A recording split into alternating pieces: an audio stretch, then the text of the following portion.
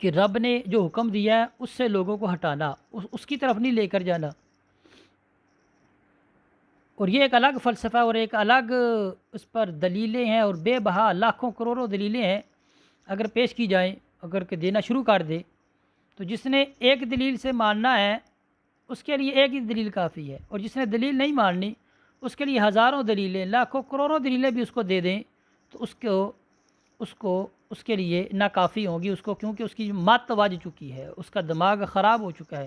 جس نے کہنا ہے کہ بھی کانچ چٹا ہی ہے تو اس کے نزدیک پھر اس کو جو مرضی بیان کرتے رہو، اس کے آخر میں کہنا ہے کہ ویسے کوا ہوتا سفید ہی ہے۔ تو ایسے لوگ وہ کیا کرتے ہیں؟ ایسے لوگ وہ رب کے حکم سے لوگوں کو بڑی چلاکی کے ساتھ پھیرتے ہیں۔ اسی طرح رب نے فرمایا کہ بھئی جس نے چوری کی اس کا ہاتھ کاٹا جائے گا، یہ کہتے ہیں جی یہ انسانی ہمدردی کے خلاف ہے، پتہ نہیں کیسے کیسے لفظ بولتے ہیں۔ رب سب سے زیادہ رحیم ہے، انسان رحیم نہیں ہے۔ انسان کے اندر صفت رحیمی والی ہو سکتی ہے، لیکن رب سب سے زیادہ رحیم ہے۔ اس نے ہمیں پیدا کیا اور اس نے حکم دیا ہے کہ جس نے چوری کی اس کا ہاتھ کاٹا جائے گا۔ اگر کسی نے کسی کو قتل کیا تو اس کو قتل کے بدلے قتل کیا جائے گا۔ تو اب اگر کسی کو قتل کے بدلے قتل کی سزا دینے لگے تو ایسے لوگ ان کے لیے بھی کہتے ہیں جی یہ تو ایک سزا، ایک ظلم ہو جائے گا، ایسا ہو جائے گا، نہ جانے کیسی کیسی گفتگو کرتے ہیں۔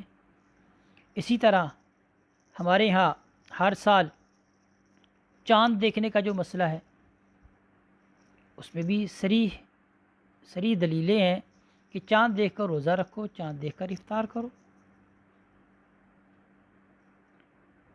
اس میں اب کہا جاتا ہے کہ بھئی جو سائنسی ٹیکنالوجی ہے، سائنسی ٹیکنالوجی سے ہم استفادہ حاصل کر سکتے ہیں، لیکن حکم جو ہے وہ جو رب نے فرمایا ہے، اللہ اور اس کے رسول صلی اللہ تعالی وسلم نے فرمایا ہے، وہ سب سے آگے ہے۔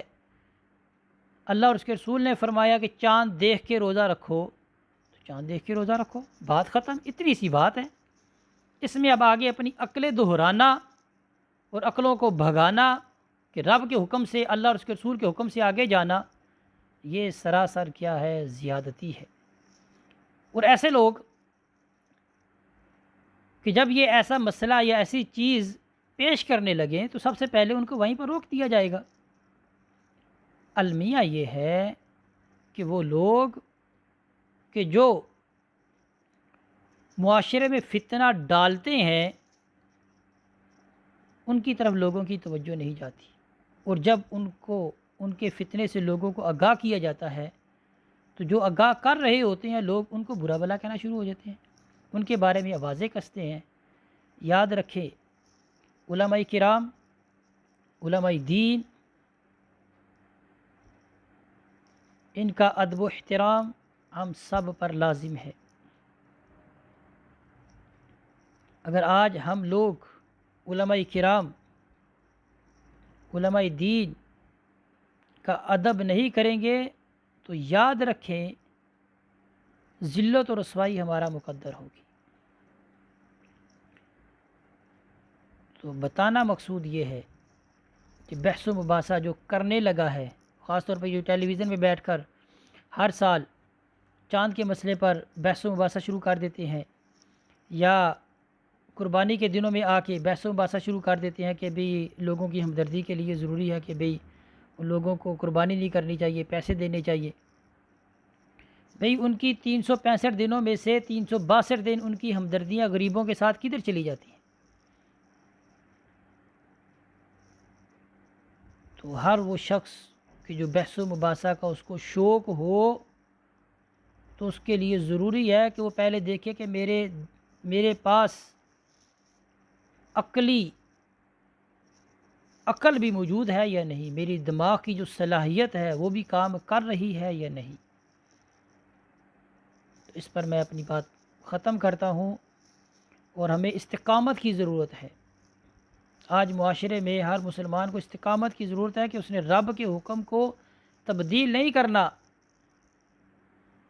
اور وہ لوگ کہ جو تبدیل کرنا چاہتے ہیں ان کے لیے ہدایت کی دعا بھی کرنی ہے اور ان کو تنبیہ بھی کرنی ہے اور ان کو روکنا بھی ہے۔ اللہ تعالی ہم سب کو عمل کرنے کی توفیق عطا فرمائے۔ اسی پر اکتفا کرتے ہیں۔ وصلی اللہ علی سیدنا و مولانا محمد و بارک وسلم وصلی علیہ والحمد للہ۔